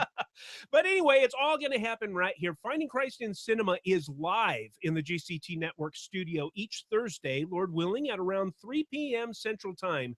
Join us for audio and video, and especially the chat room like Fletch did today, using the chat room and the video player over at gctnetwork.com/live. Finding Christ in Cinema is part of the Great Commission Transmission Network, using new media and social networking to equip and encourage you to go into all the world and proclaim the good news to everyone. To find out more and to partner with us, visit us at gctnetwork.com/donate. For all things Christ in Cinema, Brendan's Monday Movie Review, all of our podcast episodes, links to all of our social networking site, and a whole lot more, get over to the website at christincinema.com. Do you want to communicate via email? One of our comments was via email this week. You can shoot all of those to fcc@gctnetwork.com. Well, now let's say that you don't want to do email. Let's say you want to use that voicemail. Do not tell anyone else of your burstings. But you can tell us about your burstings with your own voice when you call 507-407-GCTN. Now, if that phone number doesn't work, like it's been raided by a bunch of baboons, sentimental hogwash. You can try our other phone number at 507-407-4286. Now, let's say you're a sad, strange little man. You are a sad, strange little man. And you don't like comedians. I don't. You know I hate comedians. But you like falafel. I do. Well, I don't like falafel. You can just listen to the podcast, the good old, genuine, good-natured podcast at iTunes, at Stitcher, at TuneIn Radio. Search the stores for Finding Christ in Cinema. And for all the shows that we produce here at the Great Commission Transmission Network, including the Theonauts, who are down in Haiti, are on their way right now. Pray for them all week long. You can get to the official website at gctnetwork.com. Brendan Taylor, anything else? Ooh, ee, ooh, ah, ah, bing, bang, shamalama, ding, dong. Potatoes. And that is a wrap. Inconceivable. Have you ever heard of Plato, Aristotle, Socrates? I don't understand. Morons. It's ghastly. The haircut to it. Babbling, bumbling band of baboons. Love duct tape. It's a madhouse! A madhouse! Come on, stop trying to hit me and hit me. I'm a miracle man. Fool of a took. Sentimental hogwash. Witness the firepower of this fully armed and operational Double-decker cow. That's just as fascinating as the first 89 times you told me that. Okay. Oh, man, we're at an hour and 47. Yep. An hour 48. It'll be yeah. Huh? Just if we had done the lightning round. Yeah, we've been. That would have been longest. Yep. Well, the longest is 159 and change, just shy. What was that? Was that Captain America? It might have been. Yeah. No. Yeah, that was. Okay. All right, and the intro is typed up. Oh, is it? Let me make sure. We're still broadcasting video as well. All right. Well, I'm down to 5%. Wow. 20 minutes left. So on this episode of Finding Christ in Cinema, we go through the forbidden Covington Woods and look for Christian themes in M. Night Shyamalan's The Village. Are the elders trying to suppress the truth from everybody else? Is there no greater love than that between Lucius and Ivy? All that and more in 3, 2, 1. Okay, let me mute yours there. Test.